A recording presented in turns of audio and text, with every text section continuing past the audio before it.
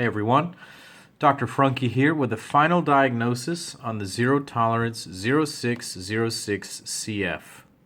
This is a really highly anticipated knife that came out from ZT, a factory custom limited edition model. This was announced back in 2015 at the Blade Show. I must have watched the Blade HQ video on this maybe 20 times, maybe more, just because it's such an interesting knife. The features that it has are very unique in the ZT world, and it really is a technical masterpiece, and we'll talk more about it. This is a collaboration with custom knife maker R.J. Martin. R.J. Martin is well known for his Q36 model. I think that one kind of has all of his design elements, but he's got quite a few models. This one looks to take some of the handle qualities from some of RJ's custom work. The blade is all ZT, but this is not exactly like any one particular model that I've seen, at least, the ones that are on his site as he describes them. So that's very interesting. So we have a very unique knife here. Really, this design is one-off. I mean, not really one-off in terms of they've made a bunch of these knives, but this is the only knife in the R.J. Martin collection that really looks like this. So that makes it very special. So let's talk about this knife anatomically. We've got a 4-inch blade of CTS XHP steel. Very high quality powdered metallurgy steel. I really like the steel. I've never had any problem with it. Very high corrosion resistance, very high edge retention. It's not perfect like an M390 or something like that. It's not the best out there. Interestingly enough, the certificate of authenticity here says that it is in CTS 204P, which is a really, really top quality steel, maybe the best. It's equivalent to M390 and CPM 20CV. I have no qualms with XHP, but the fact that it's written on the certificate there leads me to one conclusion, and that is that this is not going to be the only iteration of the 0606 that we see. So I will be sort of paying attention to that, and that does play into my diagnosis on this knife. The blade is big. It's got a lot of that beautiful machine satin grind that ZT does so well. It's got an awesome harpoon swedge on it. As you guys know, one of my very favorite knives is the Zero Tolerance 0392. This is the BRN GLD edition. This one has that awesome harpoon swedge and that nice satin grind on it. Really, really like that. That is one of the main reasons I was so interested in this. It's kind of a big brother to my 0392. We'll talk a little bit more about how they compare a little bit later. This knife, this blade also has some of the DLC coating. If you saw my video on the 0392 Warncliffe, it's very similar. We've got this sort of trident type design with the DLC. The harpoon swedge is ground out, so you get a peak, like a peak of the DLC on this face. It's all the way down the spine of the blade, so that when it's closed, it's nice and subtle, it's not reflective. And then it's on the other side as well. So very cool patterning on that DLC. That is another sort of point of contention and discussion, and we'll talk about that in the summary here. So moving back, we've got probably the coolest part of this knife, and that's the pivotless pivot system. This is a proprietary unit designed by R.J. Martin. It is built actually by his son, Matt Martin. So this is the custom piece on this knife. As you know, if you follow the ZT factory customs, these knives have components built by ZT and then hardware supplied by custom manufacturers. On this knife, the only piece that is actually from the custom manufacturer is the pivot. Everything else is ZT, so they're kind of stretching it there, but I like it. It's cool. This really shows the inner diameter of the pivot by having it be completely hollow. I think that that is awesome. I really, really, really like that. One thing that is a point of contention, though, is going to be the fact that you can't really open this. Where is the Torx bit? Where is the place where you can maybe put a coin in to open it? I think you need a special spanner to open that, and that's really annoying. and they didn't send it with a knife. So this is really not user serviceable. This has a KVT ball bearing system in it, so it's very, very smooth. I've been sort of opening and closing this. It's ridiculously smooth, and I think if I did this for a couple of months, it would be a real free faller like the 0452 or something like that. Really, really nice. The handle is quite unique. I've never really seen a design like this before. It's very loud, and some people like it and some people don't. So I respect it for how they did it. They did a 3D milling of this piece of titanium. They then anodized the whole thing blue. They took it out of the anode bath and they put it back on the mill. They milled these lines and theoretically this pocket right here. And then they went back and re-anodized it, this awesome bronzy gold. It's really a true gold. It's not really a bronze. It's cool. It catches the light really nicely. I'm going to try to get it in close up here. And they did it again on the back. Really, really beautiful. It's a pretty knife. A good friend of mine calls it the Louis XIV knife because of how sort of gaudy it looks. But I respect the technical difficulty involved in making a handle like that, and I definitely wanted to see what it was like. Some people have likened this to the Todd Begg Steelcraft series in terms of the intricacy of the milling and the nice handiwork. I'm not really sure if that's props to this knife or props to the Chinese manufacturer, but I do see some similarities, and I don't disagree with those comparisons. Gotta love American made though, if you're from the US at least. So then they took a piece of carbon fiber, a nice piece of 3D milled and rounded and very smooth and relatively low void carbon fiber, and they fitted it. It looks like it's sort of press fit in there. It might be epoxied, I'm not sure. But a really nice piece of carbon fiber. This reminds me of the Liang Ma Tempest that I reviewed on this channel. Another Riot knife, actually. Very high quality carbon fiber on that knife. This is it just catches the light and it dances, and it's really, really nice. It doesn't have a whole lot of grip to it, but it's very cool looking. It matches the back spacer here, which you can see is also done in carbon fiber. Let's get a close-up on this. It's got an interesting design element. It kind of looks like a spine almost, and I really appreciate that. It does have a flow-through design here, so you can see my hand through it. It's got some almost free-floating like nature to that part, and then the spine down the back. Very bionic looking. Add to that the sort of interesting ridged jimping that you get up here.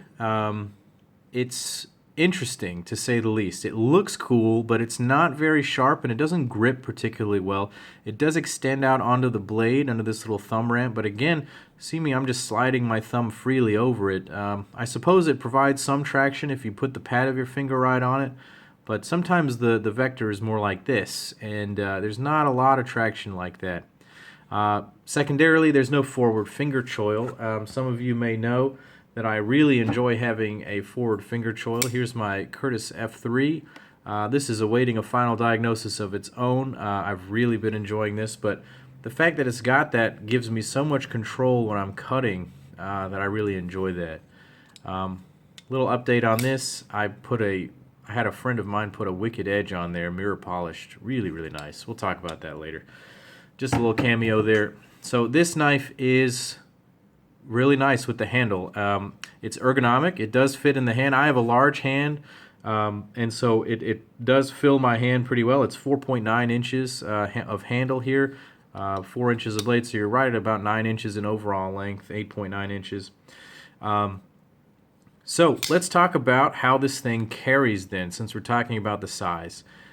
In terms of an EDC, it is 6.5 ounces in weight, so quite a hefty knife. That is heavier than my Curtis F3. That is heavier even than my Hinderer Fatty Warncliffe, which is known to be a pretty thick and heavy knife. It's heavier than the 0392 at 5.7 ounces. Well, and it's certainly heavier than my Spyderco Paramilitary 2. Which comes in around 4 ounces. But so you'll have to keep that in mind if you're thinking about pocketing this thing. the second point of discussion in terms of an EDC might be the way that you carry it, and here is the clip. I am a big fan of the clip design. It's a 3D milled piece of titanium that has been anodized and then, just put in the perfect position. It's off of the lock bar. It's got a small point where it contacts the frame, and so it's not going to, overly grab the frame. I don't know if you really know what I'm talking about, but if you carry knives every day, you probably do. It's not just gonna bunch up a lot of fabric in that one little point of touch right there. It is there's hidden hardware, and so it's screwed in from the backside. You can't see any hardware there. Similarly, the hardware is hidden on the front here. All you see is the pivot. The screws come through from the backside. But with regards to this clip, they also have done the blue and gold finish on it with a high satin finish there on the flat of the clip. It does ride pretty deep. The pants come all the way up to there, so really only about that much of the blade or that much of the knife is sticking out, and it's besides that gold shining, it's fairly subtle. So I do like that.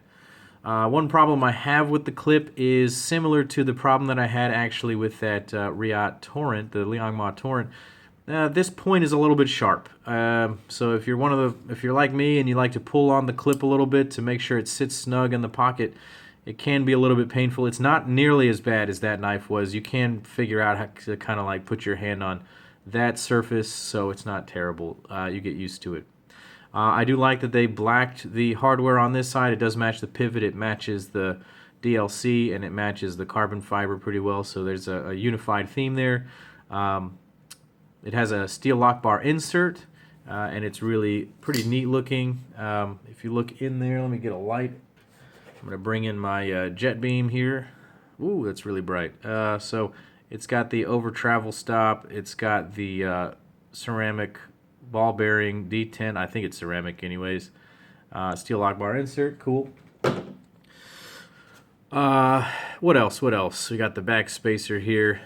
Well, in terms of carrying it, it's a little bit long, a little bit big, a little bit heavy, so it's not going to be ideal for a person's usual everyday carry. And then there's the real kicker, and that is that this knife is all about form over function, in my opinion. Now, it has all the right pieces to be a great user knife, but this sort of fancy design is going to limit it from being a daily user, at least for me. And I'll talk about why. The nice anodization, I wouldn't want to scratch it up. I'm not sure how the finish is going to hold up on the pivot. And DLC sometimes lends itself to getting some marks, and so do these high satin finishes. So it's not going to be a heavy user. And this is a big, big knife. And so it's sometimes hard to justify carrying a giant knife like this that you may or may not feel comfortable using as a heavy user. I'm far more comfortable carrying my Hinderer if I'm going to do heavy use. It's got a better finish for that. It's my bigger knife. My Curtis is better for EDC in terms of the clip, in terms of the size, in terms of the ergos. And at this point, I've got this limited edition ZT, and I don't know that this knife beats it. I love this knife a lot, and you can see it in a bunch of my other videos on my channel. It's a fan-friggin-tastic knife, and I'm very happy that I have it in my collection. But I'm not sure that this knife trumps it. I was hoping that I would suddenly have a knife that I loved even more, and I don't think I've gotten there. So my final diagnosis on this and my plan for this knife is sell or collect. This knife is truly for the zero-tolerance collector. Not for everyday use, not for even regular use. This is really just meant to be played with at home, to be admired for its technical expertise and its beauty. It's really, really special because of its different components, and I look forward to future versions. I would say there is a very high chance we will see some different versions of this. Hopefully a few of those have more of a working type finish where people won't be afraid to use them. I really don't want to see one with a full DLC blade. That's a waste of time. I would be interested to see if ZT could pull off a mirror finish. I know XHP does a really, really nice mirror finish. You can see that on the edge here of my Curtis. It just has a lot of chromium content, so it takes a really nice polish when you get it there. So what if they did that? That might be cool, especially if these are going to be just show knives or just safe queens. Why not just go for the full mirror polish? So that's my diagnosis, guys. I know that some people will disagree with me, but another component of my diagnosis was sell, and that's what I've done with this knife. I carried it for a few days, and I realized that this was never going to get used, and I use all of the knives that I keep, so I put it on for sale, and I got an offer that I simply couldn't refuse, and so this is going to be going to a lucky new owner. So let me know what you think of this knife down in the comments below.